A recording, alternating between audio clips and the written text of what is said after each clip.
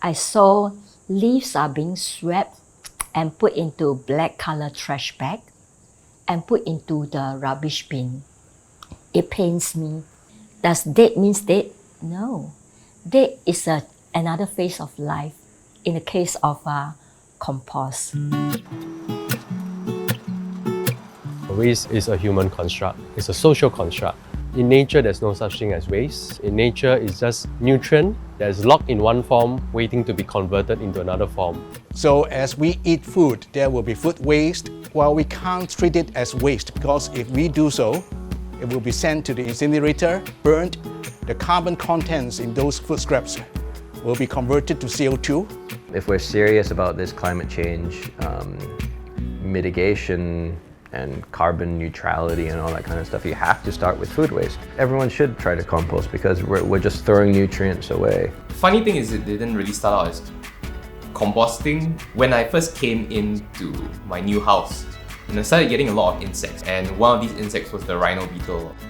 When they are in the larval stage, or when they are grubs, what they eat in the forest would be dead stuff like fallen leaves, broken down trees. I decided to make my own beetle food. There are two types of compost that we do here on the farm. The first one is the hot compost system. The second kind of compost that we do is the vermicomposting. One of the ways I do composting is trench composting. I do vermicomposting. Vermicompost is pretty quiet and easy. I've experimented with many different types of composting. I found that at home, I find the chickens to be the best way to do that and the easiest way to do that by far. The whole point of hot composting is to use the heat that is generated from the microorganisms to kill off all the pathogenic microorganisms that may be present in the food waste.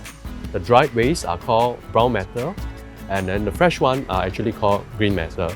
We will pile them layer by layer like kueh lapis. Ultimately, what we want is that the temperature to go up to 60 degrees Celsius. So basically, I dig a trench in the soil and then put my food scraps in it, and on top I will put some brown material. The nutrients contained in the food scraps will be transformed into forms that the plants can absorb.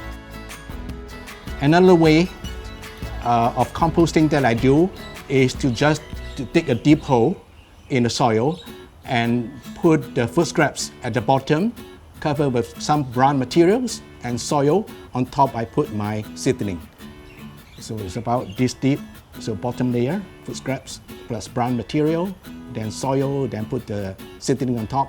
So by the time the roots of the seedling grows deeper it will reach the decomposed organic matter. Vermicomposting is a little bit trickier because the worms are a little more fussy. Worms are actually quite sensitive. They are scared of light, they are scared of vibration, they are scared of dryness. For a drawer set that I have, I like to do pre-composting first. As the bedding for my earthworms, I'll collect the sawdust, mung bean sprout with all other vegetables that is not able to sell. I will chop it up and then I'll mix it. So we use the softened pulp to feed the earthworms. As the food waste goes through the gut system, it also picks up a lot of the beneficial bacteria that is good for the soil that actually resides in the earthworm's gut. So then the poop that comes out is high in a lot of your micronutrients. It also contains a lot of the beneficial bacteria. That's the byproduct of the earthworm vermicomposting system. In the compost, there are some composting bacteria, and they can eat and they can poop. And it's kind of like helping us to sterilize the compost.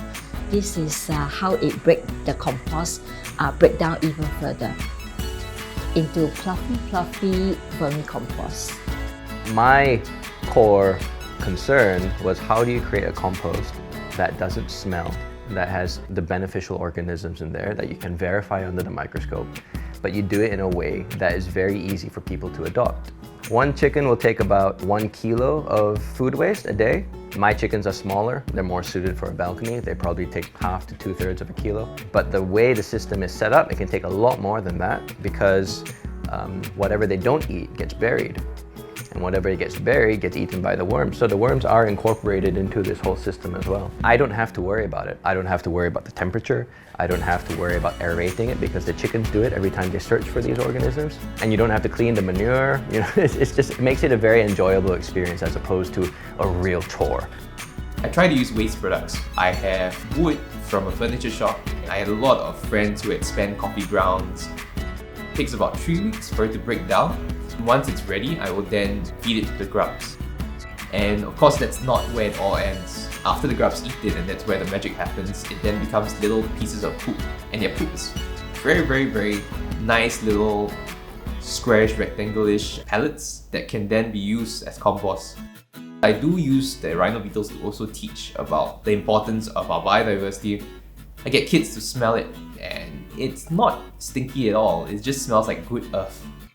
As you start with the first batch of compost, everything is very rough, very coarse. But as the compost ages, the organic matter inside decomposes, and over a period of say 1.5 months to 2 months, you'll get compost, which is black gold.